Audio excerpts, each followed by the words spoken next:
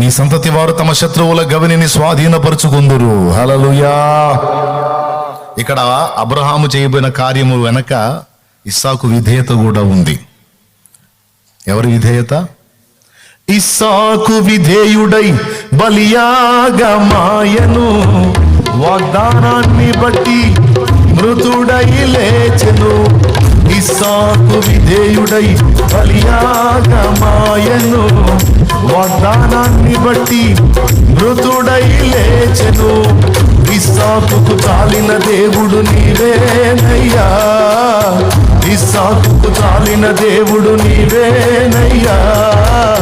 అబ్రహాము దేవుడా, ఇస్సాకు దేవుడా, యాకోబు దేవుడా, నాకు చాలిన దేవుడా. యేసయ్యా, నా యేసయ్యా, యేసయ్యా, నా యేసయ్యా. హల్లెలూయా. ఆ విధేయుడైన కుమారుణ్ణి బట్టే రక్షకుడు మనందరికీ అందుబాటులోకి వచ్చాడు.